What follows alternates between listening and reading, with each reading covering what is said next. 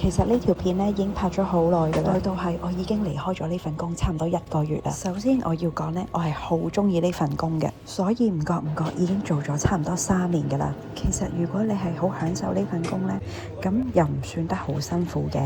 因為你每分每秒都係做緊自己中意做嘅嘢，但係佢絕對唔稱得上係一件輕鬆嘅工。首先做烘焙師，喺你隻腳一踏入廚房嗰一刻，你就開始做到收工，冇得停。基本上你係連 WhatsApp 都未必睇得到。另外就係喺夏天嘅時候，你就好似喺一個桑拿嘅地方工作，但係佢嘅人工同工作量係唔成正比。所以我覺得因為呢個原因，有好多人都未必會入行。當我發現做咗20年嘅師傅嘅人工都係多我啲咁多，再加上呢1年被濕疹嘅困擾，所以我就決定辭職啦。但係睇翻呢條片，又令到我好掛住以前嘅返工生活，或者將來等啲濕疹好翻，又可以翻去做烘焙師。好啦，今日講到咁多，下次再傾啦，拜拜。